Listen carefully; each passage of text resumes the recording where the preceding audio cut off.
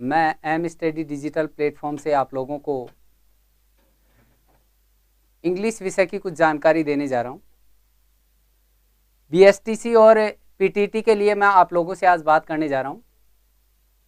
12वीं पास करने के बाद में बच्चा बीएसटीसी कर सकता है। जो भी भैया फ्रेश हैं, 12th पास करने के बाद में वो अपने करियर का शुरुआत करना चाहते हैं, तो उन भैयाओं के लिए स्पेशली मैं अंग्रेजी विषय को लेकर आया हूं।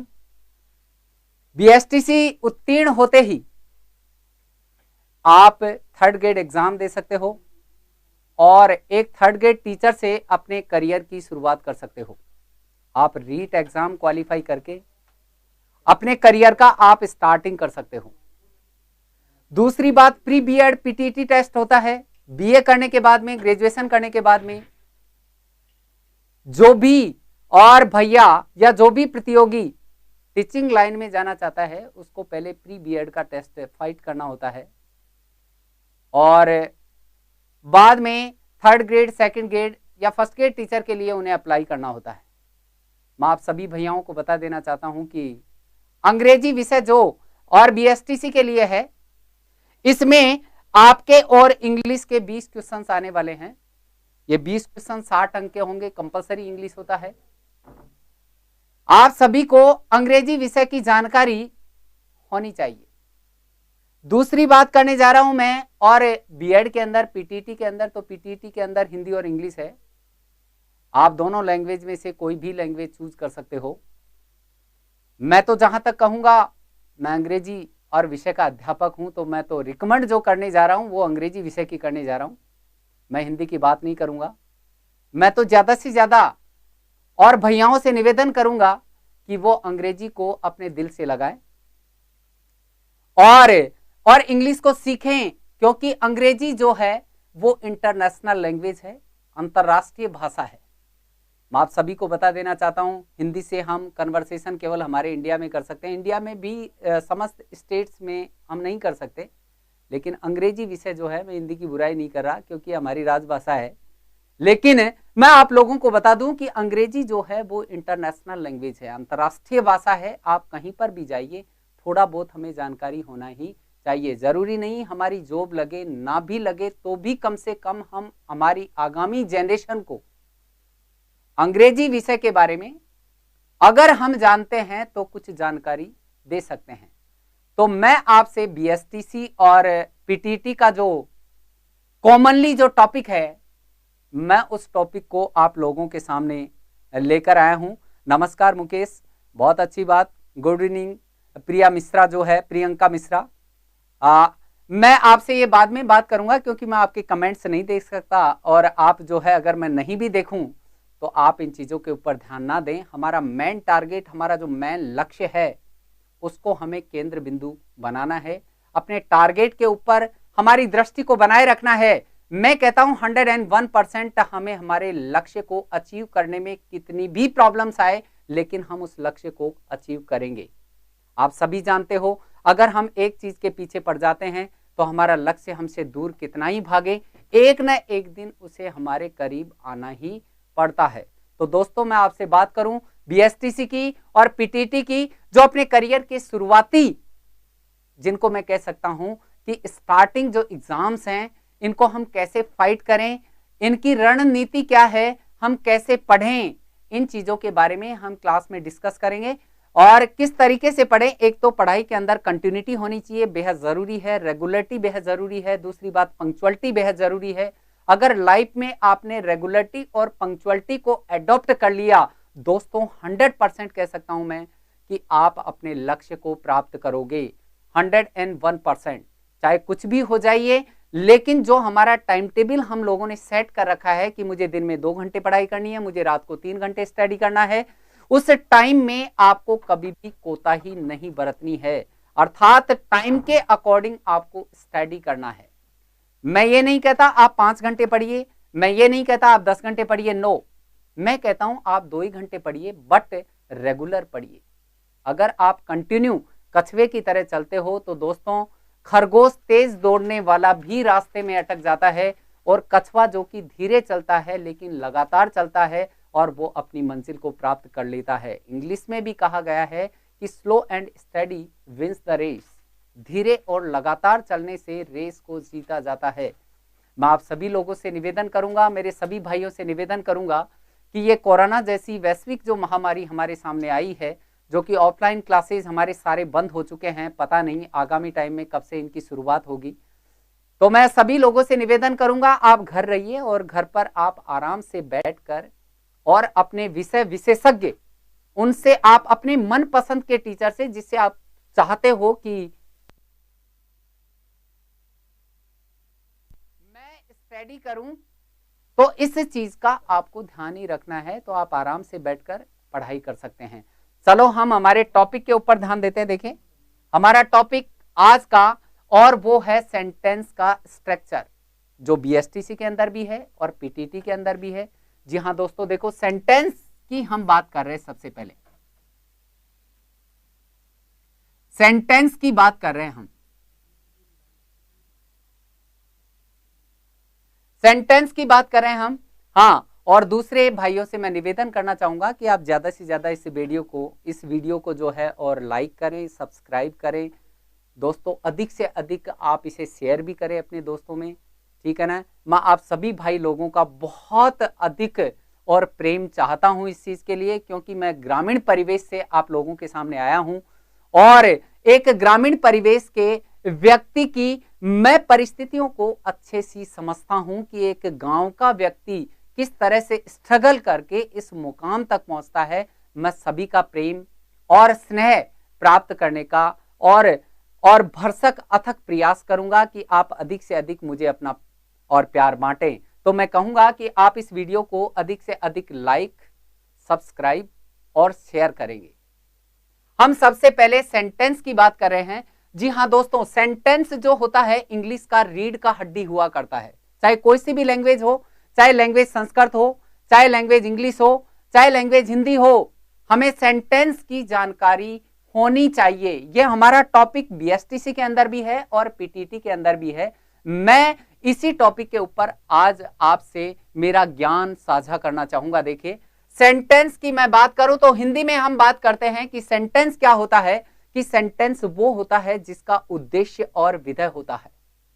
आप कंपेयर करिए इंग्लिश और हिंदी के अंदर, दोनों में अगर आप तुलना करेंगे तो दोनों ग्रामर्स के अंदर काफी सिमिलरिटी होती है, काफी समानता होती है। दोस्तों मैं आप लोगों से कहूं कि सेंटेंस हिंदी में बात करूं तो मैं कहूंगा कि सेंटेंस क्या होगा, जिसका उद्देश्य और विधेय होगा और जो अपने अर्थ को पूरा करेगा वो सेंटेंस कहलाएगा, यानी वाक्य कहलाएगा। लेकिन दोस्तों हम हिंदी की बात नहीं करें, हम अंग्रेजी की बात करें, तो हम इंग्लिश की बात करें कि सेंटेंस क्या होता है। तो सेंटेंस क्या होता है, सेंटेंस वो होता है जिसका खुद का सब्जेक्ट हो, खुद का सब्जेक्ट यानी कर्ता, खुद का सब्जेक्ट हो और प्रेडिकेट हो।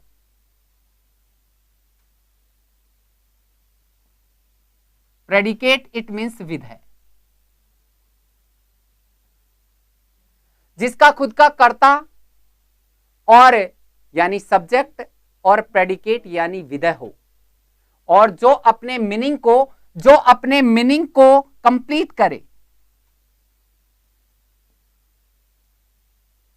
जो अपने मीनिंग को कंप्लीट करे,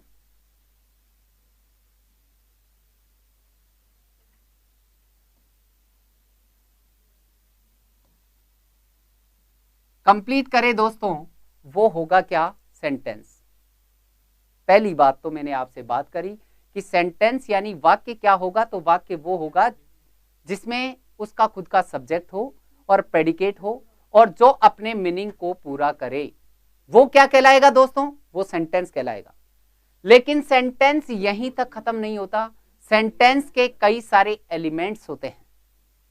ये तो हमने दो एलिमेंट्स की बात करी कि सेंटेंस का सब्जेक्ट और यानी प्रेडिकेट हो और जो अपने मीनिंग को पूरा करे वो सेंटेंस कहलाएगा। ये तो सेंटेंस के मिनिमम एलिमेंट्स होते हैं। एक छोटा सेंटेंस हम इन दोनों को मिलाकर बना सकते हैं। So it is called to compulsory element, इसलिए ये आवश्यक या अनिवार्य एलिमेंट होते हैं। दोबारा बात कर रहा हूं, सेंटेंस जिसका खुद का सब्जेक्ट और प्रेडिकेट हो, जो अपने मीनिंग को कंप्लीट करे, और वो सेंटेंस कहलाएगा। यही हिंदी में होता है, जिसका कर्ता यानी उद्देश्य और प्रेडिकेट यानी विधेय, जिसका खुद का उद्देश्य और विधेय हो और जो अपने अर्थ को पूरा करे, वो सेंटेंस कहलाएगा। लेकिन यहीं तक नहीं, हम सेंटेंस के बारे में आगे भी डिस्कस करना चाहेंगे। देखिए,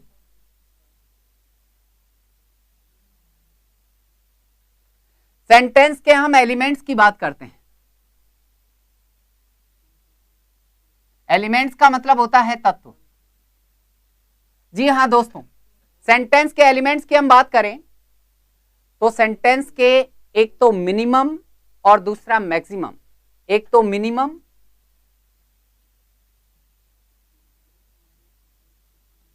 और एक होता है मैक्सिमम। मिनिमम एलिमेंट्स की बात करें तो अभी अभी हमने डिस्कस करी कि मिनिमम एलिमेंट्स कितने होते हैं। तो मिनिमम एलिमेंट्स जो होते हैं सेंटेंस के, वो 2 होते हैं।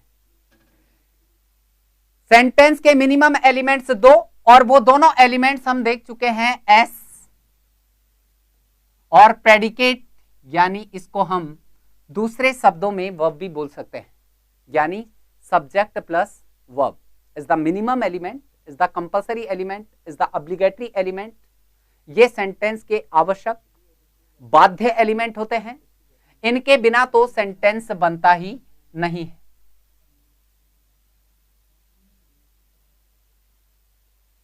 ये तो सेंटेंस के आवश्यक यानी बाध्य एलिमेंट है। अब मैं मैक्सिमम एलिमेंट्स की बात करूं तो मैक्सिमम एलिमेंट्स जो होते हैं सेंटेंस के, वो दोस्तों 5 होते हैं। जैसे मैंने बात करी एस पी ओ सी ए, इसको शॉर्ट में हम पढ़ेंगे स्पोका। स्पोका मैंने बात करी, सेंटेंस के मिनिमम एलिमेंट सब्जेक्ट और वर्ब होगा। अगर हमें सेंटेंस बनाना नहीं आता तो हम अंग्रेजी भाषा को लिखने के लिए सेंटेंस के दोनों मिनिमम एलिमेंट्स को लेकर, यानी सब्जेक्ट और वर्ब को लेकर, हम हमारे वाक्य की रचना कर सकते हैं। लेकिन अगर हम आगे चलना चाहते हैं तो दोस्तों, सेंटेंस के मैक्सिमम एलिमेंट्स होते हैं। सेंटेंस के मैक्सिमम एलिमेंट्स जो होंगे वो होंगे 5। एस का मतलब मैं आप सभी लोगों को बता दूं कि एस का मतलब जो होगा वो एस का मतलब होगा सब्जेक्ट। सभी जानते हो सब्जेक्ट का मीन होगा कर्ता। इसके बाद में मैं पी का मतलब प्रेडिकेट।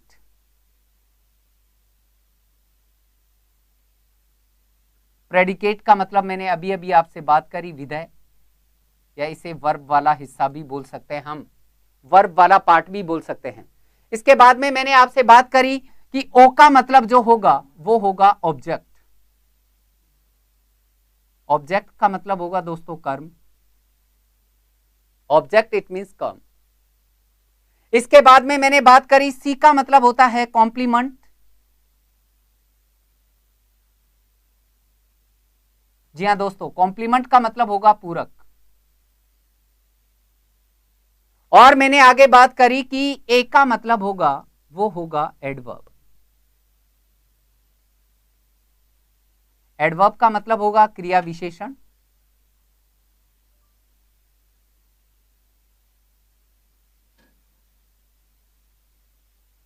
जी हाँ दोस्तों, देखो मैंने आपसे बात करी कि सेंटेंस के जो मिनिमम एलिमेंट्स होते हैं वो 2 होते हैं। एग्जाम में पूछ लिया जाता है कि सेंटेंस के मिनिमम एलिमेंट्स कितने होते हैं, आपका रिप्लाई होगा 2, सब्जेक्ट एंड वर्ब। अगर पूछ लिया जाए कि सेंटेंस के कंपल्सरी एलिमेंट कितने हैं तो 2। अगर पूछ लिया जाए कि सेंटेंस के ऑब्लिगेटरी एलिमेंट्स कितने हैं तो 2, सब्जेक्ट एंड वर्ब। अगर पूछ लिया जाए कि सेंटेंस के मैक्सिमम एलिमेंट्स कितने होते हैं तो आपका रिप्लाई होगा सर सेंटेंस के मैक्सिमम एलिमेंट होते हैं 5। और वो 5 एलिमेंट कौन कौन से हैं, SPOCA। अगर हम शॉर्ट में इसको जानना चाहें तो ये होता है स्पोका। मैंने एक एक के बारे में आपसे बात करी कि S का मतलब होगा सब्जेक्ट, P का मतलब होगा प्रेडिकेट, O का मतलब होगा ऑब्जेक्ट, और C का मतलब होगा कॉम्प्लीमेंट, और A का मतलब होता है एडवर्ब। जी हाँ दोस्तों, मैंने आपसे बात कर दी मैक्सिमम और मिनिमम एलिमेंट्स की।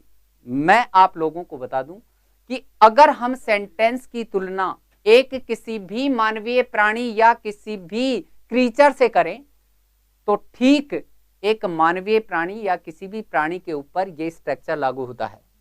एक किसी भी जीव को दुनिया में लाने के लिए दो एलिमेंट्स की जरूरत होती है, मेल एंड फीमेल। ठीक उसी तरह से सेंटेंस को दुनिया में लाने के लिए दो एलिमेंट्स का मिलन होना बेहद जरूरी है, सब्जेक्ट एंड वर्ब।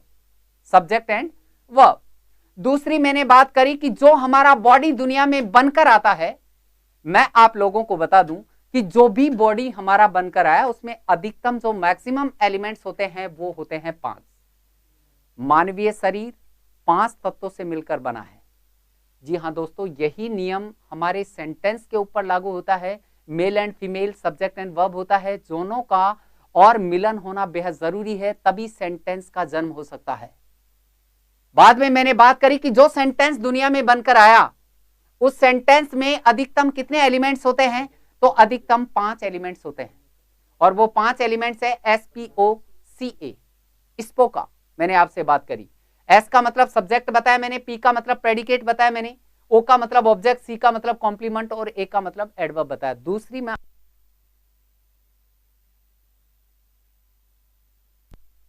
ये मिट जाएगा ना, ठीक है, मार्कर से लिख रहा हूं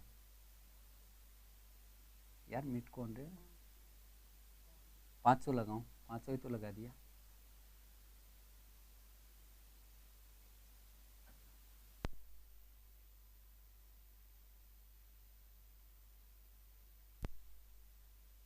हाँ देखिए, थोड़ी और माफी चाहूंगा कि थोड़ा आपको बीच में ब्रेक मिला।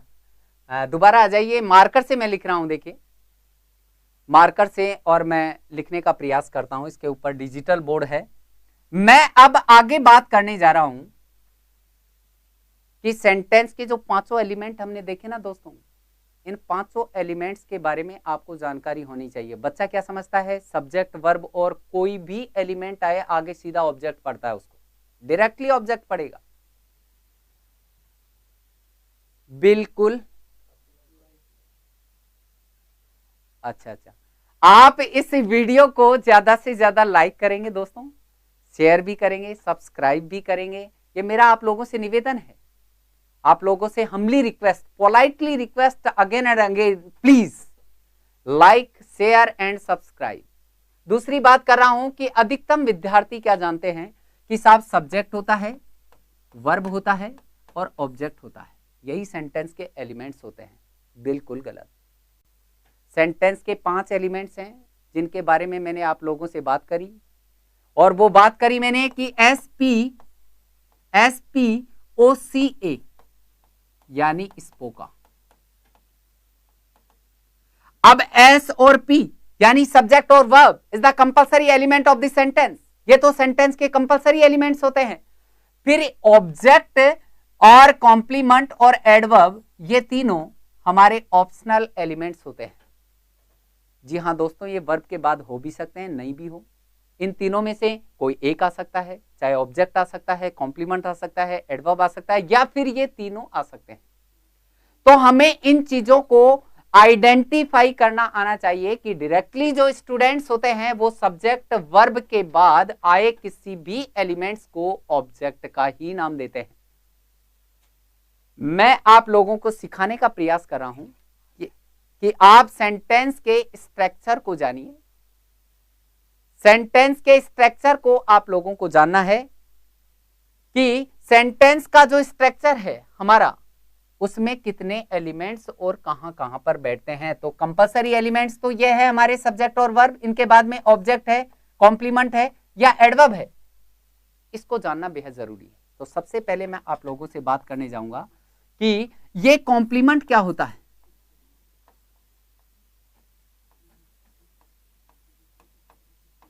कॉम्प्लीमेंट क्या होता है? देखो दोस्तों, इसका मतलब मैंने आप लोगों को बता दिया पहले कि इसका मतलब होता है पूरक। इसका मतलब पूरक होगा। ये कॉम्प्लीमेंट क्या होता है, तो इसके बारे में हम डिस्कस कर रहे हैं कि सब्जेक्ट, वर्ब और कोई सा भी वर्ड यहां पर जो भी आ रहा है, आप उसे चेक करने का प्रयास करें। मैं आप लोगों को कहूंगा कि सब्जेक्ट, वर्ब और कोई भी वर्ब के बाद में वर्ड आ रहा है, अगर ये वर्ब के बाद में आया वर्ड और सब्जेक्ट, ये दोनों सेम होते हैं, दीज आर द सेम। अगर सब्जेक्ट और वर्ब के बाद आया वर्ड दोनों समान होते हैं तो समझ लीजिए आप कि वर्ब के बाद आया कोई भी वर्ड ऑब्जेक्ट नहीं है, वो कॉम्प्लीमेंट है, वो पूरक है, वो सब्जेक्ट के बारे में एक्स्ट्रा इंफॉर्मेशन प्रोवाइड कर रहा है। आप सभी लोगों को इस चीज को ध्यान में रखना है कि वर्ब के बाद आए किसी भी वर्ड को आप ऑब्जेक्ट ना पढ़ें, गलत। वो कॉम्प्लीमेंट भी हो सकता है, वो एडवर्ब भी हो सकता है, तो वो ऑब्जेक्ट भी हो सकता है। लेकिन ये आप कब जानेंगे, जब आप इस चीज को अच्छे से समझ लेंगे। जैसे मैं आपको एग्जांपल देना चाहूंगा, जैसे मैंने कहा I am a doctor, I am a doctor. मैंने कहा विक्रम कुमार, बहुत अच्छी बात, राम राम भाई। उसके बाद में राजेश जो है, बहुत अच्छी बात, बाड़मेर से बात कर रहे हो भैया, प्रणाम आपको भी। और मिस्टर रावत, थैंक यू, बहुत अच्छी बात।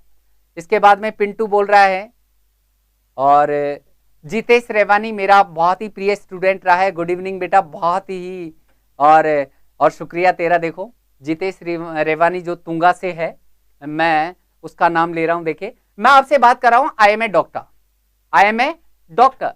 मैंने कहा आई सब्जेक्ट है, एम वर्ब है, ए डॉक्टर क्या है, तो बच्चा सीधा पढ़ेगा इसे ऑब्जेक्ट है सर। ये कई सारे स्कूल्स में मैंने देखा है, इंग्लिश मीडियम स्कूल्स में मैंने देखा है कि बच्चों को ये चीज पढ़ाई जाती है, लेकिन जॉफ्री लीस ने सेंटेंस के एलिमेंट्स के ऊपर पूरा बुक पब्लिश किया है। जब आप स्पोका के ऊपर पूरी किताब पढ़ोगे तो आपको जानकारी मिलेगी कि सेंटेंस का स्ट्रक्चर आखिरकार होता क्या है। मैं आपको केवल एक छोटी सी चीज बताने जा रहा हूं, अगर ये हम समझ लेते हैं तो सेंटेंस को समझने में बेहद आसानी मिलेगी। देखो मैंने कहा ऑब्जेक्ट पढ़ते हैं, जो कि गलत है, बिल्कुल गलत। मैं आप लोगों से बात करूंगा, देखिए कि ए डॉक्टर ऑब्जेक्ट नहीं है। मैंने आप लोगों को समझाया कि वर्ब के बाद जो भी वर्ड आ रहा है, अगर वो वर्ड और सब्जेक्ट दोनों समान होते हैं, बताइए आई तो कौन है, डॉक्टर। मैं ही तो डॉक्टर हूं, डॉक्टर ही मैं हूं, दीज आर द सेम, दोनों समान है। तो बताइए ए डॉक्टर ऑब्जेक्ट नहीं, आई का पूरक है। आप इसे पढ़ेंगे सर ये कॉम्प्लीमेंट है, सर ये क्या है, कॉम्प्लीमेंट है। मैंने कहा देखिए ये कॉम्प्लीमेंट है, आप फटाक से इस चीज को पढ़ सकते हैं। देखो मैंने कहा ये कॉम्प्लीमेंट है। मैंने कहा आई एम ए डॉक्टर, तो ए डॉक्टर को बच्चा सीधा ऑब्जेक्ट पढ़ेगा। आप ये त्रुटि ना करें, आप ये समझ लें कि आई तो डॉक्टर है और डॉक्टर ही आई है, अर्थात ये दोनों तो समान हैं।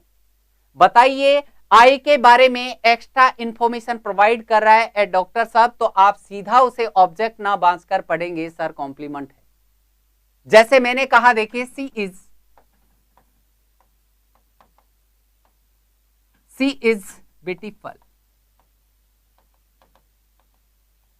मैंने कहा देखिए सी इज ब्यूटीफुल, मैंने कहा बताइए सी क्या है, सब्जेक्ट है, इज क्या है, वर्ब है, these are the compulsory element, is the obligatory element, necessary element होते हैं एक सेंटेंस के। लेकिन अगर मैं ब्यूटीफुल के नीचे अंडरलाइन करके आप लोगों से पूछूं कि बताइए ब्यूटीफुल सेंटेंस का इन पांचों में से कौन सा एलिमेंट्स है, तो आप कहोगे कि सर ऑप्शनल एलिमेंट्स में से मुझे आइडेंटिफाई करना है, क्योंकि ये तो कंपल्सरी एलिमेंट है, ये तो नेसेसरी एलिमेंट है। तो आप सीधा जान लेंगे कि सर ब्यूटीफुल कौन सा कॉम्प्लीमेंट है। मैं अभी पता करता हूं, बताइए सी तो क्या है, सुंदर, ब्यूटीफुल है, और सुंदरी कौन है, सी। क्या ये दोनों समान है, तो आप कहोगे जी सर बिल्कुल सही है। आप ब्यूटीफुल को ऑब्जेक्ट ना पढ़ें, बिल्कुल नहीं पढ़ें, सभी बच्चे यही मिस्टेक करते हैं। आप इस वर्ड को सीधा सीधा पढ़ेंगे कॉम्प्लीमेंट है सर। मैंने कहा देखिए, मैंने कहा Mohan is a good boy. मैंने आपसे कहा कि मोहन सब्जेक्ट है, इज वर्ब है, यह आवश्यक एलिमेंट है, लेकिन मैंने कहा ए गुड बॉय। बताइए सेंटेंस का पांचों में से कौन सा एलिमेंट है, तो आप फटाक सी बता देंगे कि सर मोहन ही तो एक अच्छा लड़का है, और एक अच्छा लड़का ही कौन है, मोहन। बताइए क्या ये दोनों समान हैं, बिल्कुल समान हैं। आप फटाक सी से बांचेंगे सर ये कॉम्प्लीमेंट है। जी हाँ बिल्कुल सही कहा शीतल प्रजापति ने, कॉम्प्लीमेंट है बेटा, बिल्कुल राइट है। सुनील चावड़ा कॉम्प्लीमेंट है, बिल्कुल राइट। देखिए मैंने कहा हाँ एडजेक्टिव, ये पार्ट ऑफ स्पीच की बात कर रहे हो बेटा आप, एडजेक्टिव है ब्यूटीफुल, लेकिन हम यहाँ एलिमेंट्स की बात कर रहे हैं, ना कि पार्ट ऑफ स्पीच की बात कर रहे हैं। इसलिए आपको ध्यान रखना है, पार्ट ऑफ स्पीच अलग पार्ट होता है इंग्लिश का, और सेंटेंस के एलिमेंट्स जो होते हैं वो अलग पार्ट में आते हैं। हम सबसे पहले सेंटेंस के एलिमेंट्स की बात करने जा रहे हैं। तो एलिमेंट्स के बारे में सबसे पहले हमने जाना कि कॉम्प्लीमेंट होता क्या है। जी हाँ दोस्तों, आप जान ही गए होंगे कि कॉम्प्लीमेंट क्या होता है कि वर्ब के बाद आया वर्ड और सब्जेक्ट, अगर ये दोनों समान होते हैं तो आप उसे सीधा सीधा क्या पढ़ेंगे, कॉम्प्लीमेंट पढ़ेंगे।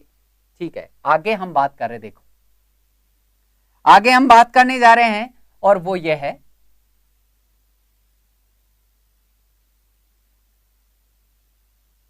अब आप कहोगे कि सर ये तो हमने जान लिया, लेकिन अब ये एडवर्ब क्या होता है। तो हम सबसे पहले एडवर्ब की बात करें कॉम्प्लीमेंट के बाद में। जी हाँ दोस्तों, एडवर्ब होता है वो हिंदी में क्रिया विशेषण होता है, क्रिया विशेषण। हिंदी में सभी लोग जानते हैं क्रिया विशेषण क्या होता है, जो क्रिया की विशेषता बताए, जो विशेषण की विशेषता बताए, या जो अन्य क्रिया विशेषण की विशेषता बताता है, हम उसे, रामोतार जी नमस्ते, नमस्ते बिल्कुल सही। देखो मैंने कहा एडवर्ब जो होता है वो क्रिया विशेषण, हिंदी में बात करें तो क्रिया विशेषण जो क्रिया की विशेषता बताए, जो विशेषण की विशेषता बताए, या जो अन्य क्रिया विशेषण की विशेषता बताए, वो एडवर्ब होता है, वो क्रिया विशेषण होता है। अर्थात हम यहां भी बात करें तो एडवर्ब एक वर्ड होता है, adverb is a word qualify a verb, an adjective over an another adverb, जो अन्य क्रिया विशेषण की विशेषता बताए, क्वालिफाई करे उसे, या फिर वो विशेषण को क्वालिफाई करे, या फिर वो वर्ब को क्वालिफाई करे, वो एडवर्ब होता है। लेकिन मैं इसका एक सीधा सी आपको और एक जानने का तरीका सिखाने जा रहा हूं कि अंग्रेजी के अंदर कोई भी वर्ड या फ्रेज, इंग्लिश में कोई भी वर्ड या फ्रेज, अंग्रेजी का कोई भी वर्ड या फ्रेज, इंग्लिश का कोई भी वर्ड, वर्ड का मतलब सभी जानते हो, देखो शब्द, फ्रेज, फ्रेज क्या होता है दोस्तों, फ्रेज होता है इंग्लिश के अंदर ए ग्रुप ऑफ वर्ड्स, शब्दों का समूह, ए ग्रुप ऑफ वर्ड्स, शब्दों का समूह इंग्लिश में फ्रेज कहलाएगा। वर्ड का मतलब शब्द होता है। देखो मैं आपसे बात करूं कि इंग्लिश में कोई भी वर्ड या फ्रेज, कोई भी शब्द या शब्दों का समूह, इन तीनों का रिस्पॉन्स करे, व्हेन का रिस्पॉन्स करे, वेयर का रिस्पॉन्स करे, हाउ का रिस्पॉन्स करे। व्हेन इट मीन्स सभी जानते हो कब, ये टाइम को इंडिकेट करेगा। वेयर का मतलब सभी को पता है कहां, ये प्लेस को इंडिकेट करेगा। और हाउ का मतलब कैसे, दोस्तों ये काम करने का मैनर इंडिकेट करेगा। कोई भी शब्द वर्ब के बाद आ रहा है, अगर वो शब्द या शब्दों का समूह, या तो एक शब्द मिलेगा आपको या फिर शब्दों का समूह मिलेगा, जिसको इंग्लिश में हम फ्रेज बोलेंगे। कोई भी शब्द या शब्दों का समूह अगर इन तीनों का रिस्पॉन्स करे, व्हेन का रिस्पॉन्स करे, व्हेन इट मींस कब, ये टाइम को इंडिकेट करेगा दोस्तों। वेयर का मतलब कहां होता है, ये प्लेस को इंडिकेट करेगा। और हाउ का मतलब कैसे, यानी ये मैनर यानी काम करने का तरीका बताएगा। अगर कोई भी वर्ड या phrase reply of the when, where and how, it is called to adverb in English. अंग्रेजी में उसे एडवर्ब कहा जाएगा। सीधी सी बात है, टाइम को देखते ही एडवर्ब बोलिए, प्लेस को देखते ही एडवर्ब बोलिए, काम करने का तरीका देखते ही एडवर्ब बोलिए। आपको ऑब्जेक्ट बोलने की आवश्यकता नहीं है। सबसे बड़ी गलती और एक अच्छे से अच्छा भैया यही करता है कि वो वर्ब के बाद कोई भी वर्ड आए उसे डायरेक्टली ऑब्जेक्ट बांस देता है। आप लोगों को मैं बहुत ही अच्छे तरीके से, बहुत ही अच्छी लैंग्वेज में इस चीज को समझाने का प्रयास कर रहा हूं कि आप ये गलती कदापि ना करें। फिर सभी भाइयों से पुनः मैं निवेदन करना चाहूंगा कि आप इस चैनल को अधिकतम लाइक, शेयर, सब्सक्राइब करें। मैं पहले ही आप लोगों को बता दिया कि ग्रामीण परिवेश का बंदा जो आपके सामने खड़ा है वो आपका अति प्रेम और स्नेह प्राप्त करने की कामना करता है, तमन्ना रखता है। और मुझे पता है कि मुझे सबसे ज्यादा मेरे स्टूडेंट्स का, मेरे भाइयों का, मेरे से छोटे भैयाओं का प्रेम मुझे मिलने वाला है, मुझे पता है। तो मैं आपसे बात कर रहा हूं। एक भैया बोल रहा है कि सर बड़ा लिखो, बहुत अच्छी बात। देखिए बाड़मेर से है राजेश, बिल्कुल राजेश आपकी बात को मैं मान रहा हूं, मैं अब बड़ा लिखता हूं। देखिए मैंने बात करी आपसे कि एडवर्ब क्या होता है, तो क्रिया विशेषण होता है। कोई भी वर्ड या फ्रेज इन तीनों का रिप्लाई करे, व्हेन का, वेयर का, हाउ का। व्हेन इट मींस टाइम को इंडिकेट करेगा, वेयर इट मींस प्लेस को इंडिकेट करेगा, हाउ इट मींस मैनर को इंडिकेट करेगा। आप दोस्तों टाइम, प्लेस और मैनर को देखते ही सीधा हमारे सेंटेंस के एलिमेंट्स में चले जाएंगे और सीधा बोलेंगे कि सर ये एडवर्ब है। जैसे मैं इसके एग्जांपल आप लोगों के सामने रखने का प्रयास कर रहा हूं। देखिए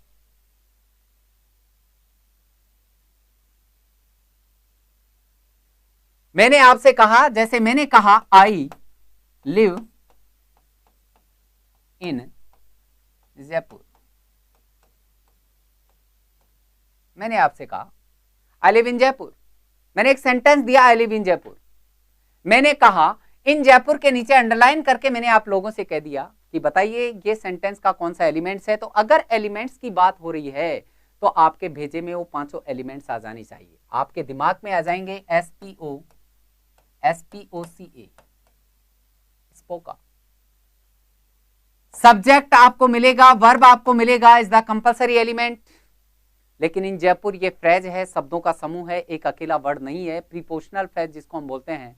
अगर मैं इसकी बात करूं कि बताइए कंपल्सरी एलिमेंट्स हमारे दिए हुए हैं, लेकिन इन ऑप्शनल एलिमेंट्स में से इन जयपुर कौन सा एलिमेंट है? बहुत सारे भैया इसे ऑब्जेक्ट पढ़ते हैं, बिल्कुल गलत। मैं आप लोगों से पुनः और ये समझाने का प्रयास कर रहा हूं कि देखिए इसे कभी भी ऑब्जेक्ट पढ़ने की गलती ना करें। मैंने कहा इन जयपुर, आप सभी भैयाओं ने जान लिया होगा, बिल्कुल सही कहा, शीतल प्रजापति एडवर्ब है, बिल्कुल सही। एडवर्ब क्यों है? क्योंकि इन जयपुर एक फ्रेज है, यानी शब्दों का समूह है, और ये रिस्पॉन्स कर रहा है किसका? वेयर का, यानी ये प्लेस को इंडिकेट कर रहा है, ये स्थान बता रहा है। मैंने कहा इन जयपुर क्या बता रहा है? प्लेस को इंडिकेट कर रहा है। प्लेस को देखते ही आंख बंद करके एलिमेंट्स की अगर बात हो रही है तो आप बोलेंगे सर ये एडवर्ब है, सीधी सी बात है। देखो मैंने कहा, नेक्स्ट में और आगे बात करने जा रहा हूं। देखिए मैंने कहा सी केम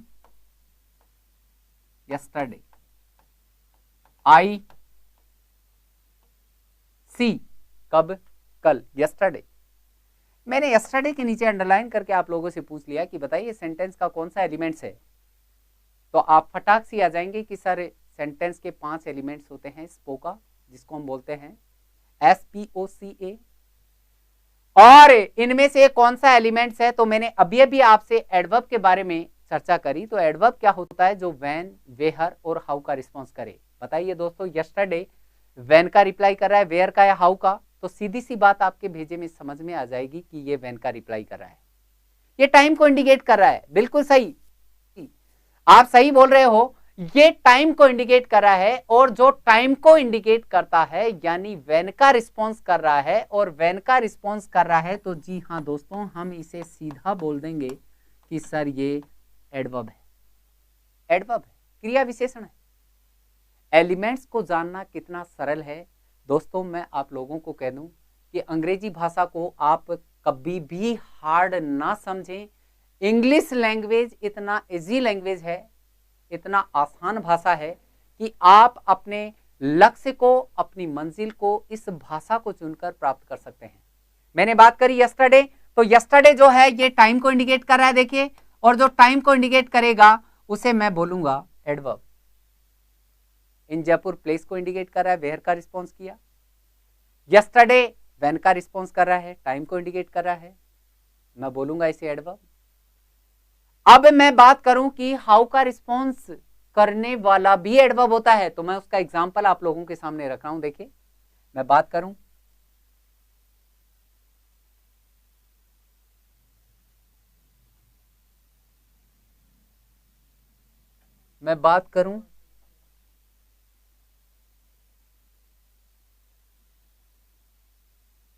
ठीक है। देखिए दोस्तों, मैं बात कर रहा हूं कि और हाउ का रिस्पॉन्स करने वाला वर्ड, जैसे मैंने कहा विराट,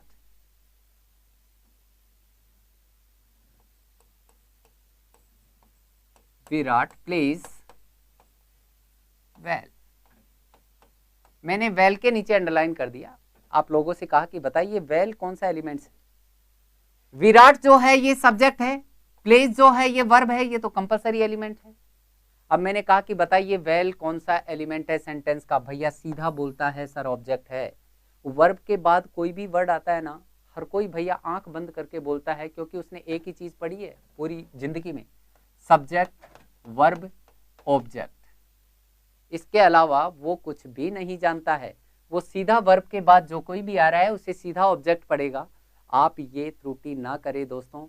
मैं आपको अच्छे से इस वीडियो के माध्यम से, इस क्लास के माध्यम से मैं समझाने का प्रयास करूंगा। जब कभी सेंटेंस की बारी आए आप मेरा वीडियो खोलकर देखिएगा, आपको ये चीज क्लियरली मिलेगी। मैंने कहा सब्जेक्ट वर्ब और ऑब्जेक्ट पढ़ते हैं, बिल्कुल गलत। मैंने कहा वेल जो है ये ऑब्जेक्ट नहीं है। दोस्तों आप जान गए होंगे कि वेल जो है ये हाउ का रिस्पॉन्स कर रहा है, यह हाउ का रिस्पॉन्स कर रहा है, अर्थात ये मैनर को इंडिकेट कर रहा है दोस्तों। और जो मैनर को इंडिकेट करेगा, जो मैनर को इंडिकेट करेगा यानी काम करने का जो तरीका बताएगा, काम करने का तरीका जो बताएगा, मैं उसे भी अंग्रेजी में क्या बोलता हूं, एडवर्ब बोलता हूं। दोस्तों मैंने आप लोगों के सामने अच्छे से एडवर्ब को क्लियर किया है कि जो व्हेन का रिस्पॉन्स करे, हाउ को इंडिकेट कर रहा है, बिल्कुल सही। जितेश रेवानी आपने बहुत ही अच्छा आंसर दिया। आरती बैरवा मैनर है, बिल्कुल सही।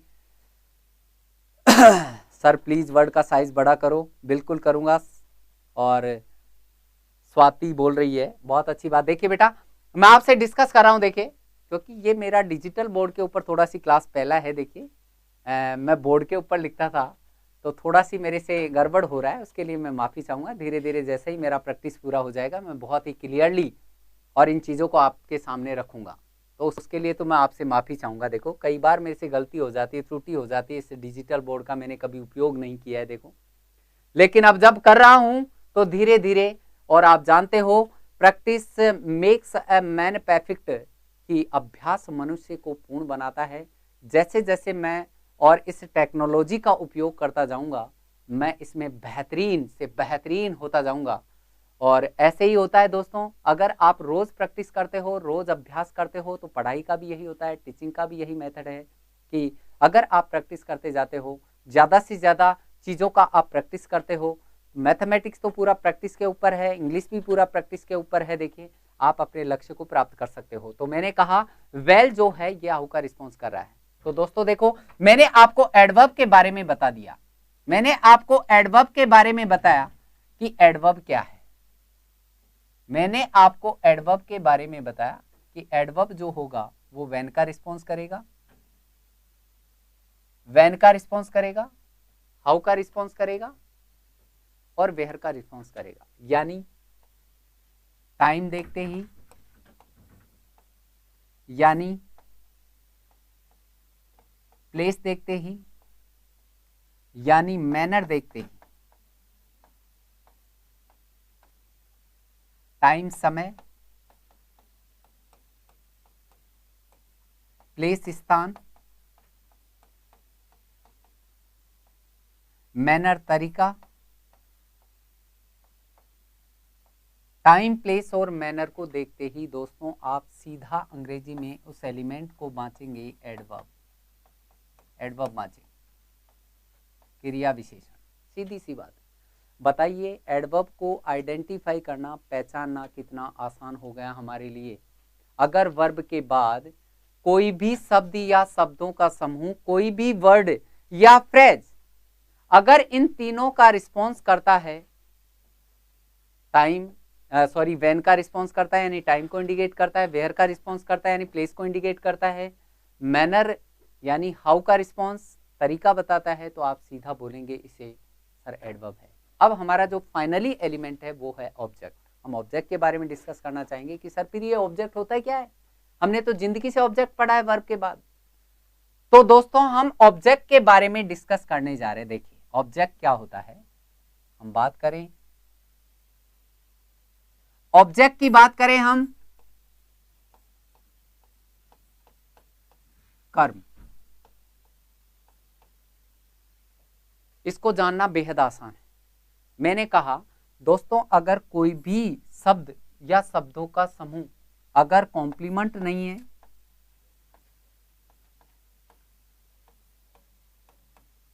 पूरक नहीं है,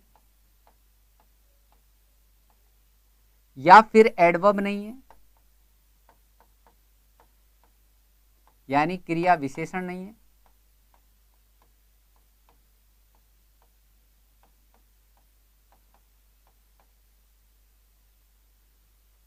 कोई भी शब्द या शब्दों का समूह अगर कॉम्प्लीमेंट नहीं, एडवर्ब नहीं, तो बताइए बचेगा क्या?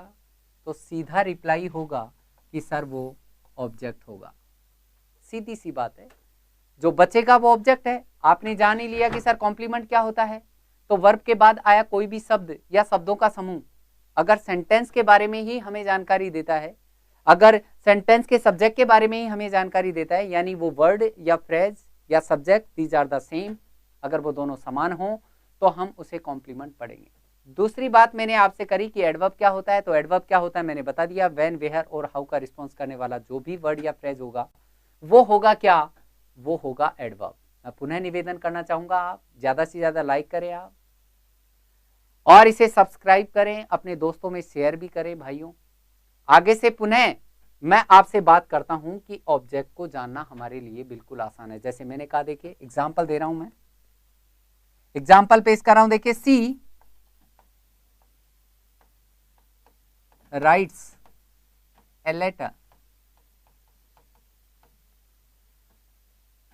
सी राइट्स ए लेटर, मैंने ए लेटर के नीचे अंडरलाइन कर दिया और आप लोगों से कहा कि बताओ सेंटेंस का कौन सा एलिमेंट है। सबसे पहले बात करूं तो सी सब्जेक्ट है, राइट्स वर्ब है, ये तो कंपलसरी एलिमेंट है दोस्तों,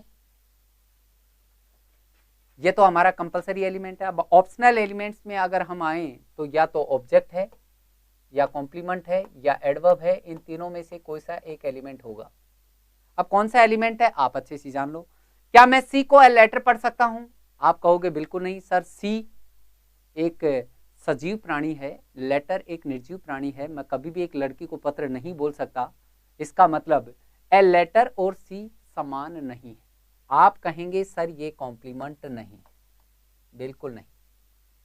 मैंने दोबारा आपसे बात करी तो क्या ए लेटर शब्द एडवर्ब है? हम एक बार चेक कर लें। तो क्या ए लेटर शब्द टाइम को इंडिकेट कर रहा है? आप कहोगे नो सर, टाइम को इंडिकेट नहीं कर रहा। मैंने कहा क्या ए लेटर शब्द स्थान, प्लेस को इंडिकेट कर रहा है? आप लोग कहोगे सर बिल्कुल नहीं, ये प्लेस को भी इंडिकेट नहीं कर रहा। फिर मैंने कहा क्या ए लेटर शब्द मैनर को इंडिकेट कर रहा है? तो आप लोग सभी बोलेंगे कि ये मैनर को इंडिकेट भी नहीं कर रहा, ना ये समय बता रहा है, ना ये स्थान बता रहा है, ना ये काम करने का तरीका बता रहा है। तो दोस्तों आप सीधा सीधा जवाब दे देंगे कि सर ये एडवर्ब नहीं है।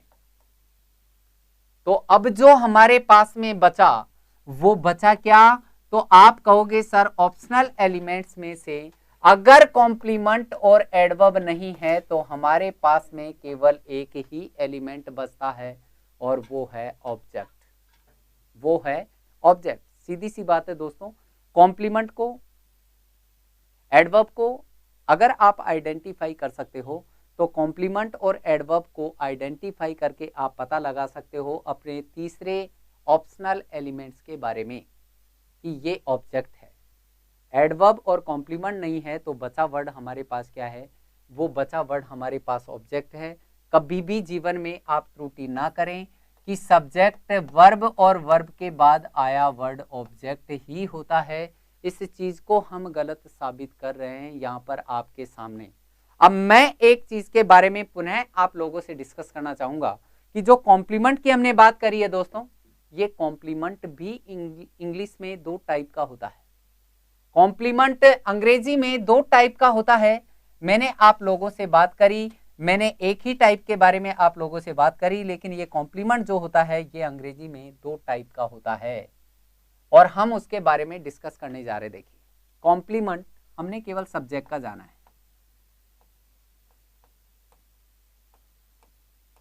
कॉम्प्लीमेंट हमने केवल और केवल सब्जेक्ट का जाना है। देखो, एक कॉम्प्लीमेंट 2 टाइप का होता है, ये 2 टाइप का होगा, एक सब्जेक्ट का और एक होता है ऑब्जेक्ट का।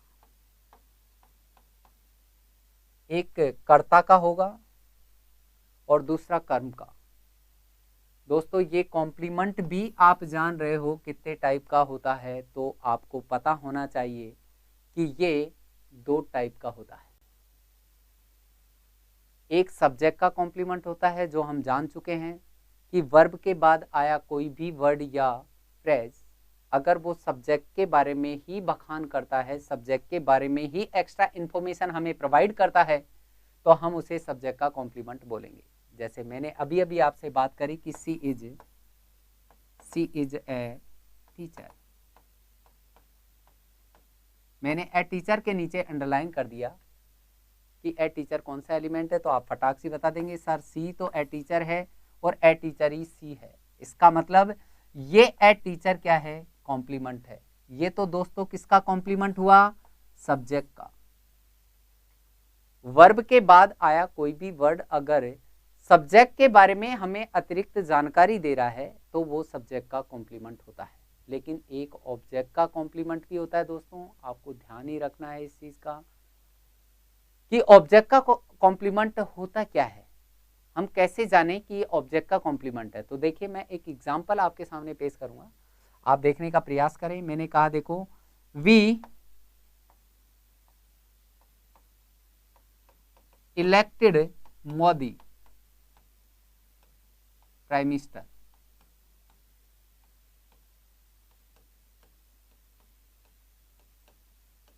मैंने आपसे बात करी, देखिए, we elected Modi prime minister. मैंने कहा हमने मोदी को चुना प्रधानमंत्री। सबसे पहले मैं प्राइम मिनिस्टर के नीचे अंडरलाइन करके आप लोगों से पूछने जा रहा हूं कि बताइए कौन सा एलिमेंट है। तो आप लोग कहेंगे सर वी सब्जेक्ट है, इलेक्टेड वर्ब है, मोदी ऑब्जेक्ट है। मोदी ऑब्जेक्ट है या नहीं हम ये जान लें।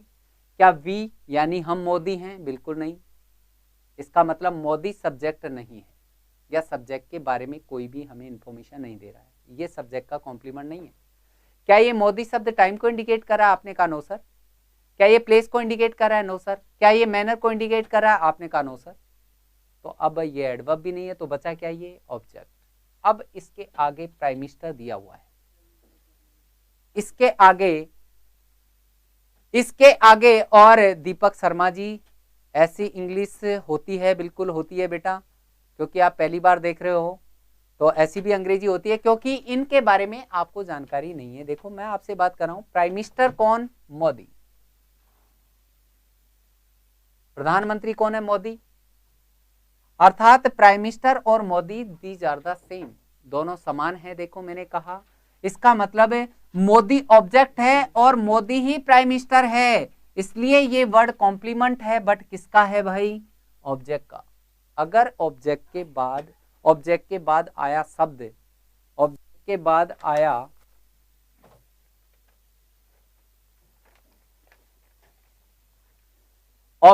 बाद आया वर्ड और ऑब्जेक्ट अगर दोनों समान होते हैं तो वो कॉम्प्लीमेंट होता है। दोस्तों, एक बार मेरा टाइम लिमिट पूरा हो गया है, मैं आप लोगों से पुनः निवेदन करूंगा, आपने और मेरी क्लास को देखा और एक भैया तो बहुत हाथ जोड़ रहा है, मैं उसे और प्रणाम करता हूं। देखो, आप ऐसे ही मेरे साथ बने रहें। अगली आपकी जो क्लास है वो नेक्स्ट क्लास जो होगी वो जीके की होगी, RS गुजर सर की होगी। आप ऐसे ही बने रहिए और हमारे एम स्टडी डिजिटल प्लेटफॉर्म से अपने करियर की आप शुरुआत करिए।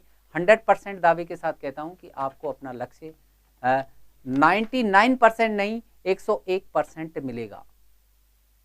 और मैं आपसे विदा लेना चाहूंगा, पुनः आपसे और प्रणाम करना चाहूंगा। देखो, आप इस चैनल को ज़्यादा से ज़्यादा लाइक